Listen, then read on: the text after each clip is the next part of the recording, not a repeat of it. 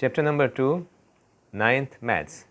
आज हम इसमें पढ़ते हैं टॉपिक कॉन्सेप्ट ऑफ लॉगरिथम। अब लॉगरिथम जो है हमारे पास, इसको पढ़ने के लिए यहाँ 5 चीज़ें हैं जो कि बुनियादी तौर पे लाजमी हैं। तो ये 3 चीज़ें हो गई लाजमी, क्योंकि इंट्रोडक्शन के अंदर ये चीज़ें जानना लाजमी होती हैं। ठीक है, मालूम होना चाहिए वर्ड क्या है, कॉन्सेप्ट क्या है और उसकी डेफिनेशन क्या है। उसके बाद ये भी मालूम होना चाहिए कि मैथमेटिशियन कौन थे जिन्होंने इसको इंट्रोड्यूस करवाया था या जिनका कंट्रीब्यूशन था। तो मैथमेटिशियंस के हवाले से भी इंफॉर्मेशन होना मस्ट है। नए टॉपिक के लिए ये चीज़ें जानना लाजमी होती हैं। मैथमेटिशियन के बाद और सबसे अहम जो बात होती है वो होती है कि इसकी एप्लीकेशन कौन सी है, यानी कि इसका यूज़ क्या होता है, और ये भी हम डिस्कस करेंगे। तो बुनियादी तौर पे हमारे कितने पॉइंट्स हो गए? 5 पॉइंट्स हो गए जिसको हमें डिस्कस करना है। तो पॉइंट नंबर 1 पे आ जाते हैं हम शुरू में। पॉइंट नंबर 1 हमारे पास कौन सा है कि वर्ड क्या है ये। ठीक है, तो हम इसको डिस्कस करते हैं कि ये जो लॉगरिथम वर्ड है ये कहाँ से आया और इसकी मीनिंग क्या है। ठीक है ना, तो हम लिखते हैं लॉगरिथम। अब ये लॉगरिथम जो वर्ड है बुनियादी तौर पे बेसिकली ये 2 अल्फाज से मिलके बना है। ठीक है, लॉगरिथम जो है 2 अल्फाज से मिलके बना है।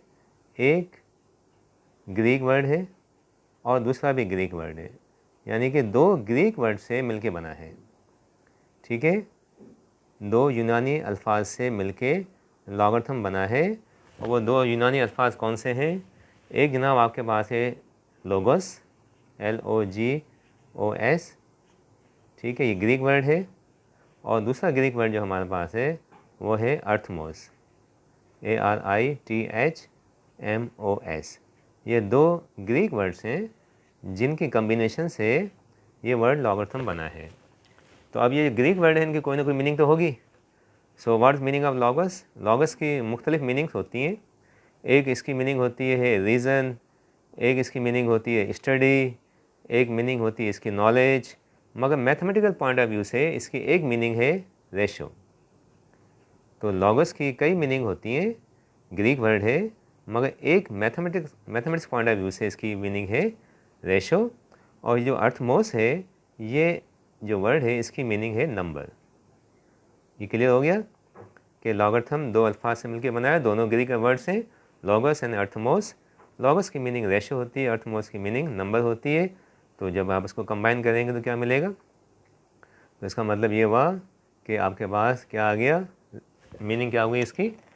इसकी मीनिंग जो है वो है ratio number. Ratio number, this is the meaning of word logarithm. ठीक है, ये इसकी मीनिंग आ गई, रेशो नंबर। अब रेशो नंबर जो है ये क्या है? रेशो नंबर इसका मतलब क्या है? तो इसको समझने के लिए हमें जानना होगा कि व्हाट इज रेशो। अच्छा, रेशो जो है हम पढ़ चुके हैं छोटी क्लासों में। ठीक है ना, रेशो क्या होता है? Ratio is a comparison of 2 quantities. 2 quantity को कंपेयर करते हैं तो रेशो मिलता है ना। रेशो की एक मिसाल ले लेते हैं। चलिए एक मिसाल ले लेते हैं, हम ले लेते हैं 5:2। ठीक है, तो इसको ऐसे लिखते हैं 5:2 या 5/2 कह दें, ये रेशो है ना। जब रेशो जो होता है, जब आप इसको सिंप्लीफाई करते हैं ना, जब उसका आंसर निकालते हैं तो उसका आंसर कोई ना कोई नंबर आता है। तो इसका नंबर क्या है जनाब? इसका नंबर है 2.5। इसका आंसर जो है, इस रेशो का टोटल जो फाइनल आंसर होगा 2.5 होगा।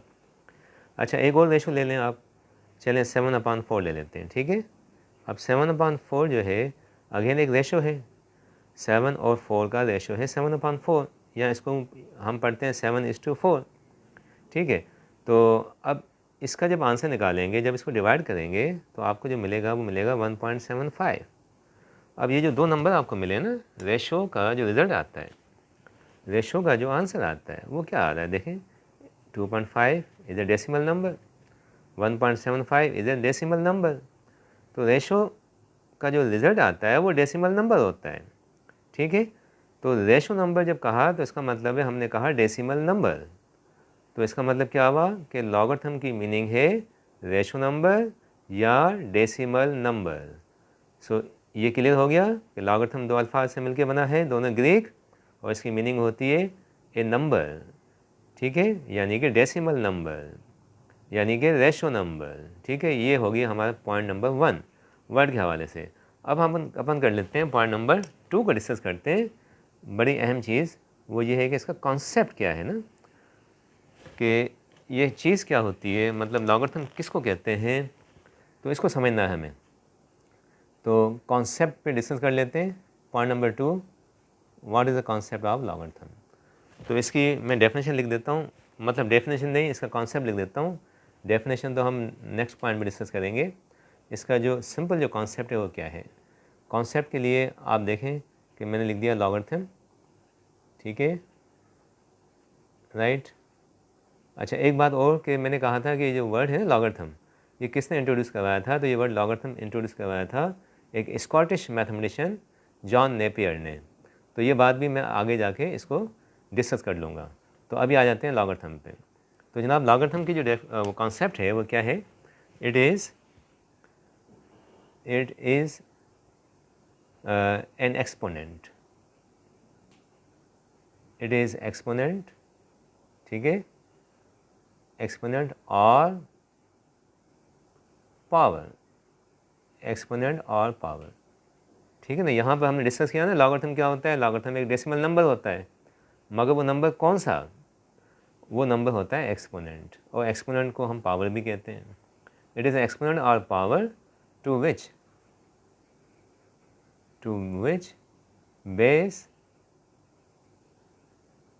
base is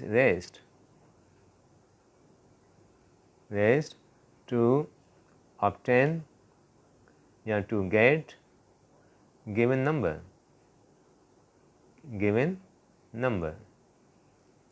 ठीक है। तो इसका मतलब क्या है जनाब, कि लॉगरिथम क्या होता है, लॉगरिथम एक एक्सपोनेंट होता है या पावर होता है, to which base is raised, जहाँ तक बेस को हम बढ़ाते हैं ताकि हमें गिवन नंबर मिले। तो अब इसमें आप देख रहे हैं ना कि 3 चीज़ें बड़ी अहम हैं। एक कौन सी है, एक्सपोनेंट और पावर, ठीक है। एक्सपोनेंट कह दो या पावर कह दो, एक ही चीज़ है। ये चीज़ यहाँ पर आ गई ना डेफिनेशन के अंदर। और दूसरा क्या आ रहा है, बेस आ रहा है, राइट। और तीसरा क्या आ रहा है, गिवन नंबर आ रहा है।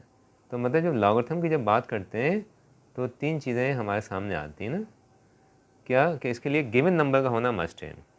तो लॉगरिथम किसी गिवन नंबर का होता है, और लॉगरिथम होता है क्या है, लॉगरिथम एक नंबर है जो कि एज ए एक्सपोनेंट यूज़ होता है, और वो किसके ऊपर लगता है, वो बेस के ऊपर लगता है। अब इसको समझते हैं कि 3 चीज़ें आ गई, और फ़र्ज़ कर लें 3 चीज़ें हम ले लेते हैं। मिसाल के तौर पर मैंने ले लिया, फ़र्ज़ कर लें एग्जाम्पल के तौर पे, फॉर एग्ज़ाम्पल मैं सपोज़ कर लेता हूँ कि मेरे पास जो है गिवन नंबर जो है ना, सपोज़ गिवन नंबर मैं ले लेता हूँ, एक आसान सा नंबर ले लेता हूँ, चलें 16 ले लिया मैंने, ठीक है।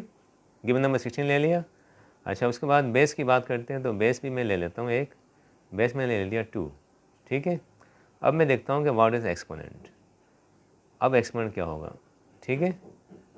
अच्छा, अब आप देख रहे हैं मैंने क्या किया, मैंने 2 नंबर ले लिए, और तीसरे नंबर को हम देखते हैं कि तीसरा नंबर क्या होना चाहिए, राइट। तो अब यहाँ पर क्या है कि 3 बड़ी अहम चीज़ें होती हैं लॉगरिथम को डिस्कस करने के लिए। तो मैंने तीनों में मैंने 2 तो नंबर ले लिए, एक गिवन नंबर 16 ले लिया, बेस ले लिया 2। अब ये क्या कह रहा है कि अगर बेस 2 हो तो उसके ऊपर कौन सा पावर लगाएं ताकि जवाब 16 आ जाए।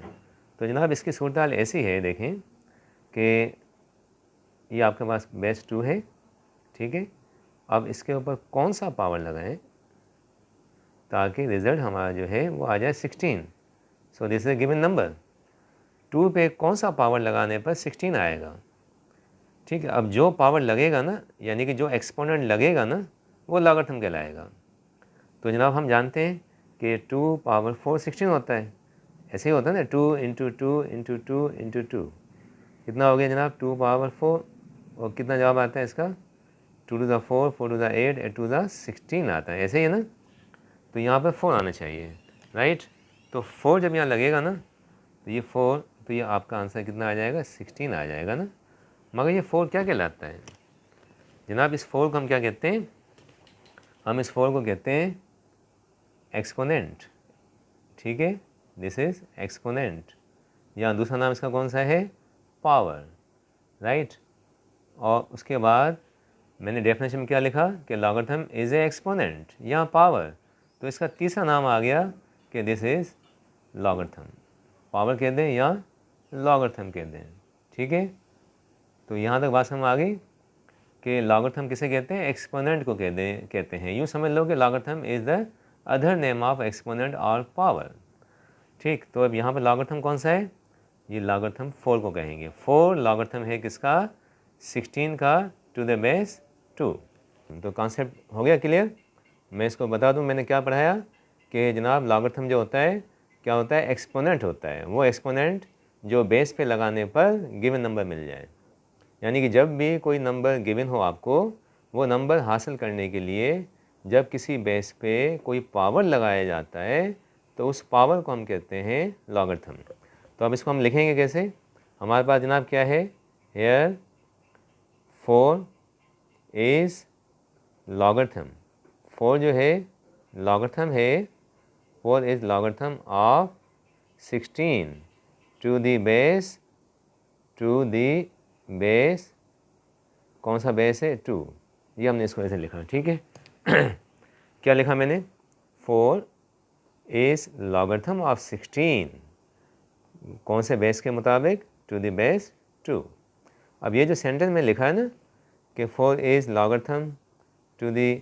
Logarithm of 16 to the base 2, अब इसको सिंबलिकली कैसे लिखते हैं, निशानी के तौर पे सिंबल्स में इसको कैसे लिखा जाता है वो मैं आपको बता दूं कि जनाब इसको ऐसे लिखा जाएगा, पहले 4, तो ये हमने 4 लिख दिया, ठीक है। इस जो होता है इसको हम कहते हैं is equal to 4 is, logarithm का शॉर्ट फॉर्म होता है LOG, ठीक, लॉगरिथम ऑफ 16।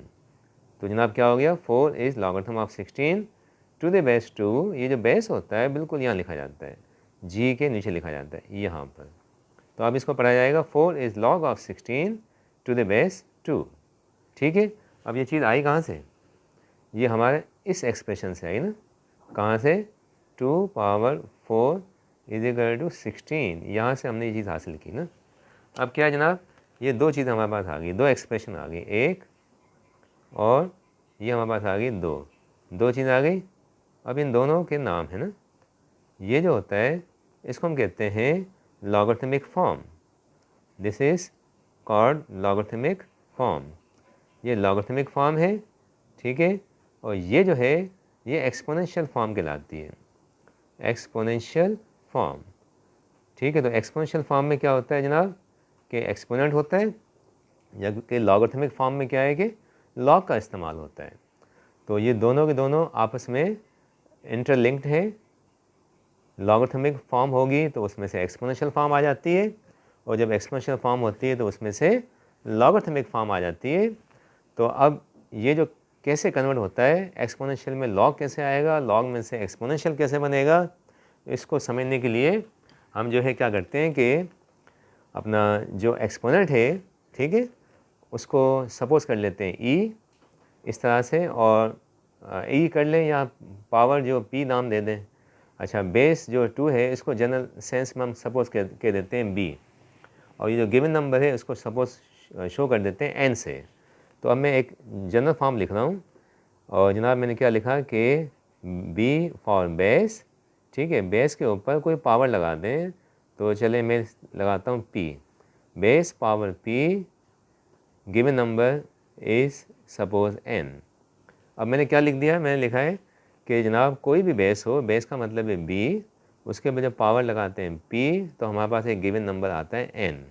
अब इसमें से लॉगरिथमिक फॉर्म कैसे बनती है, तो जनाब लॉगरिथमिक फॉर्म में क्या होता है कि ये जो पावर है ना, ये पहले लिखा जाता है, बिकॉज लॉगरिथम किसको कहते हैं, इस पावर को। तो हम लिखते हैं पी, ठीक, इस लॉगरिथम ऑफ व्हाट, एन, और ये जो बेस है वो ये बिल्कुल नीचे आता है, जी के नीचे आता है ना। अब आप यहाँ से इसकी डायरेक्शन देख लें, आप देख लें क्या होता है, ये जब एक्सपोनेंशियल फॉर्म होती है तो बेस जो होता है पावर के नीचे होता है, और जैसे ही लॉगरिथमिक फॉर्म आती है तो ये बेस जो है सीधा कहाँ चला जाता है, जी के नीचे चला जाता है, ठीक है। ये जो बेस है आपका कहाँ चला जाता है, जी के नीचे चला जाता है, राइट, ये यहाँ चला गया। और अगर लॉग को वापस कन्वर्ट करना हो इसके अंदर तो ये ऐसे रिवर्स भी आ जाता है ना, ये रिवर्स ऐसे हो जाता है कि जब लॉग हटाएंगे तो ये बेस जो है पावर के नीचे आ जाएगा, ठीक। और जब लॉग लगाएंगे तो ये बेस जो है जी के नीचे आएगा। तो बेस जो है अपनी पोजीशन चेंज करता है और ये जो है ना आपका पावर है ना, ये आपका पावर जो है ये जनाब कहाँ से आता है, ये पावर इस पावर की पोजीशन में देख लें आप, ठीक है, कि पावर जो है पहले बेस के ऊपर होता है, जब लॉगरिथमिक फॉर्म आती है तो फिर यहाँ से बेस ख़त्म हो जाता है तो पावर नीचे आ जाता है। तो पावर भी अपनी पोजीशन चेंज करता है, बेस भी अपनी पोजीशन चेंज करता है, मगर ये जो गिवन नंबर है ना ये अपनी पोजीशन चेंज नहीं करता। ये n जहाँ पर है वहीं रहता है। समझ आ रही बात? ये एक्सपोनेंशियल फॉर्म है, ये लॉगरिथमिक फॉर्म है। जब हम लॉग लगाते हैं n के साथ तो फिर ये बेस यहाँ से हट के g के नीचे आ जाता है।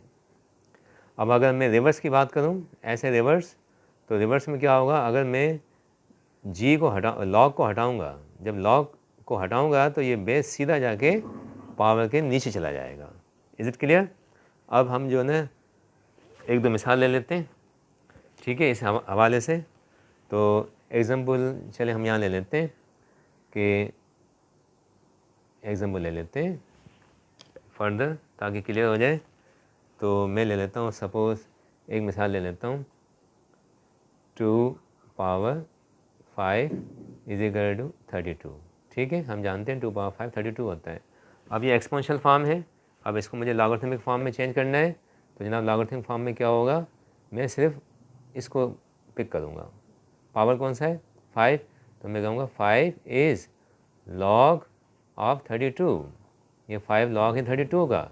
अब बेस कहाँ जाएगा जनाब, बेस जाएगा जी के नीचे, यहाँ पर बेस कौन सा है 2, तो ये बेस हो गया 2, ठीक है। एक और मिसाल भी ले लेते हैं, राइट। तो अच्छा ये जो मैंने लॉग लिया ना, ये लॉग क्या आया 5 आया, लॉग नहीं कि 5 हो, सम टाइम ये डेसिमल नंबर की फॉर्म में भी आता है ना, जो कि हमने पढ़ा हुआ है कि इसकी मीनिंग में कहीं होता है डेसिमल नंबर की फॉर्म में होता है। ये 5 जो है 5.0 भी हम लिख सकते हैं, ठीक है। चलिए अब दूसरी मिसाल ले लेते हैं। दूसरी मिसाल लेते हैं कि सपोज बेस हो गया 10, ठीक है, और पावर जो हम ले लेते हैं डेसिमल नंबर 2.0899, ये नंबर ले लिया डेसिमल नंबर, डेसिमल फॉर्म में। और ये जब आप आंसर निकालेंगे ना तो इसका अप्रॉक्सीमेट जो आंसर आएगा 123 आएगा, राइट। अच्छा अब इसको लॉगरिथमिक फॉर्म में मुझे चेंज करना है ना, तो लॉगरिथमिक फॉर्म में जब मैं इसको चेंज करूँगा तो क्या हो जाएगा जनाब, ये कि log of 123 to the base 10, मैं क्या लिखूँगा इसको, log of 123 to the base 10, ठीक है, बेस 10 है और बेस हमेशा जी के नीचे आता है, ये 123 लिख दिया। क्या है हमारे पास 2.0899, ये आ गया। अब इसमें बड़ी अहम बात बताने जा रहा हूँ मैं आपको कि देखें ये लॉग जो होता है डेसिमल नंबर होता है ना। अब डेसिमल नंबर के अंदर दो हिस्से होते हैं, पहला हिस्सा पॉइंट से पहले होता है और दूसरा हिस्सा पॉइंट वाला होता है ना। ये जो पॉइंट वाला हिस्सा है ना ये कहलाता है डेसिमल पार्ट, ठीक है। ये 0.0899 जो है हम इसको क्या कहते हैं, डेसिमल पार्ट कहते हैं इसको। पॉइंट वाले हिस्से को हम कहते हैं डेसिमल पार्ट, ठीक है, डेसिमल पार्ट कहते हैं इसको, राइट। और जबकि ये जो बगैर पॉइंट के है ना, ये जो हमारे पास 2 है ना, ये 2, ये जनाब ये क्या कहलाता है, ये 2 लिखा है हमारे पास, इसको हम कहते हैं विदाउट पॉइंट जो है इसको हम कहते हैं इंटीग्रल पार्ट, ठीक है। क्या कहते हैं, इंटीग्रल पार्ट। तो जनाब लॉगरिथम के दो हिस्से होते हैं ना, दो हिस्से होते हैं। लॉगरिथम एक नंबर होता है, डेसिमल नंबर होता है, जिसके दो हिस्से होते हैं। एक हिस्सा जो है पॉइंट से पहले होता है जिसको हम कहते हैं इंटीग्रल पार्ट, और एक हिस्सा जो है पॉइंट वाला होता है, पॉइंट समेत, जैसे 0.0899 यहाँ आ गया ना, इस हिस्से को हम क्या कहते हैं, इस हिस्से को हम कहते हैं डेसिमल पार्ट, ठीक है। दो हिस्से हो गए। अच्छा ये जो इंटीग्रल पार्ट है ना इसको हम कहते हैं, इसका दूसरा नाम है कैरेक्टरिस्टिक, ठीक है। तो याद रखें इंटीग्रल पार्ट का दूसरा नाम है कैरेक्टरिस्टिक, ठीक है। और जो डेसिमल पार्ट है उसका दूसरा नाम होता है मैंटिसा, ठीक है। ये मैंटिसा आ गया। तो मैंटिसा किसे कहते हैं हम, डेसिमल पार्ट को कहते हैं, सही है, ये मैंटिसा हो गया। और कैरेक्टरिस्टिक किसे कहते हैं जनाब, हम कहते हैं इंटीग्रल पार्ट को।